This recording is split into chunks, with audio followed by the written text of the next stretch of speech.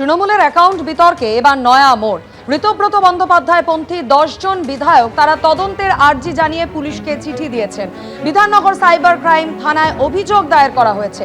কি অভিযোগ এই 10 জন বিধায়কের, আরো বিস্তারিত সেই সম্পর্কে জানাবেন প্রতিনিধি ময়ূক ঠাকুর চক্রবর্তী, সরাসরি আমাদের সঙ্গে রয়েছেন। ময়ূক, বিধাননগর সাইবার ক্রাইম থানায় এই 10 জন বিধায়ক যে চিঠি দিয়েছেন, কি বলা হয়েছে তাতে? দেখো, গোটা ঘটনার সূত্রপাত গতকাল তৃণমূল কংগ্রেসের প্রাক্তন বিধায়ক অরূপ বিশ্বাস, যিনি কোষাধ্যক্ষ ছিলেন তৃণমূল কংগ্রেসের, পরবর্তী ক্ষেত্রে অবশ্য শুভাশিস চক্রবর্তীকে কোষাধ্যক্ষ করা হয়। সেই অরূপ বিশ্বাস তিনি প্রথম বেসরকারি ব্যাংকের কাছে চিঠি দিয়ে বলেন যে অ্যাকাউন্ট ফ্রিজ করে দিতে, এবং তারপরই পুরো বিষয়টা প্রকাশ্যে আসে। এবং তারপর যে খবর পাওয়া যাচ্ছে যে দক্ষিণ 24 পরগনার জয়নগরের বিধায়ক তিনি একটি লিখিত চিঠি দিয়েছেন, এবং এই লিখিত চিঠি তিনি দিয়েছেন বিধাননগর সাইবার ক্রাইম পুলিশকে।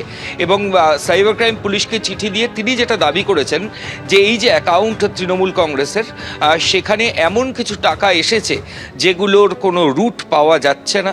শুধু তাই নয়, এই অ্যাকাউন্টে প্রচুর কাটমানির টাকা জমা পড়েছে, এমনই মারাত্মক অভিযোগ ওই বিধায়কের তরফ থেকে, জয়নগরের বিধায়কের তরফ থেকে করা হয়েছে। এবং এই কাটমানির টাকা, আয় বহির্ভূত টাকা, এমন কিছু টাকা যে টাকার উৎস খুঁজে পাওয়া যাচ্ছে না, সেই টাকাগুলো কিন্তু এই বেসরকারি ব্যাংক অ্যাকাউন্টে রয়েছে বলেই ওই বিধায়ক দাবি করেছেন, এবং বিধাননগর সাইবার ক্রাইম পুলিশকে তার তদন্ত করার জন্য বলেছেন।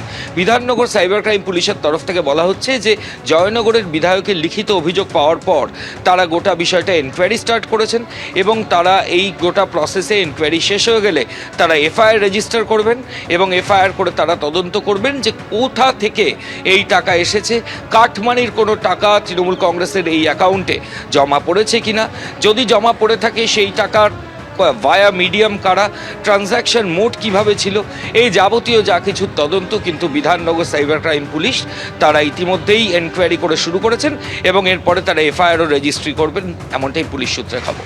ধন্যবাদ ময়ূক। আমাদের বিধায়করা, একাধিক বিধায়ক, তারা, আমি গতকালও সাংবাদিকদের সম্মেলনে যখন এখানে এসেছিলাম বলেছিলাম যে কারণ আমাদের মনে হয় যে অ্যাকাউন্টে যে টাকা, এটা যে কাটমানির টাকা নয়, এটা যে ডাকাতির টাকা নয়, এক্সটর্শনের টাকা নয়, নানান ধরনের দুর্নীতির টাকা নয়, এটা প্রমাণ করা আমাদের পক্ষে সম্ভব নয়। এবং এই যে টাকা, ধরুন এই যে চার্টার্ড ফ্লাইট, তো এই টাকা থেকেই খরচ হচ্ছে। তো স্বাভাবিকভাবে আমরা আমাদের বিধায়করা তারা বিধাননগরে সেখানে আমরা অভিযোগ দায়ের করেছি যে অবিলম্বে এই যে এগুলো তদন্ত করা হোক, তদন্ত করে দেখা হোক যে কোথা থেকে টাকাগুলো এসেছে, টাকাগুলো কোথা থেকে ঢুকেছে। এবং এটা তদন্তের আওতায় না এলে গোটাটা বুঝতে পারা যাবে না। আমাদের একাধিক বিধায়ক তারা লিখিতভাবে এফআইআর করেছেন যে এটা তদন্ত হোক এবং এই ট্রানজ্যাকশনগুলো বন্ধ থাকুক।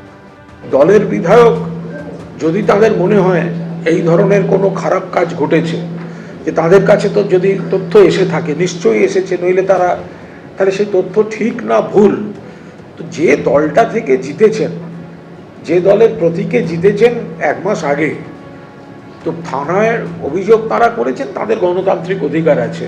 তার আগে একবার দলনেত্রীর কাছে গোটা বিষয়টা জানিয়ে, বা তারা যে কোনো বিষয়ে আপত্তি করতে চান, তো সেটা যদি দলনেত্রীকে একবার বলতেন, তাহলে বোধহয় এইরকম একটা মনে হতো না যে তাড়াহুড়ো করে একদম অন্য শিবিরে গিয়ে সই করে থানায় জমা দেওয়াটাই যেন অগ্রাধিকার। ফলে প্রতিবাদটা যত না অগ্রাধিকার, তার থেকে বেশি হচ্ছে প্রতিপক্ষের হাতে তামাক খাওয়াটা বেশি অগ্রাধিকার। বিচার চাওয়াটা বা আইনি ব্যবস্থা নেওয়াটা অগ্রাধিকার না, দলকে বিপাকে ফেলাটা অগ্রাধিকার। এইটার উপর দাঁড়িয়ে একটু মাপকাঠি হলে ভালো হয়।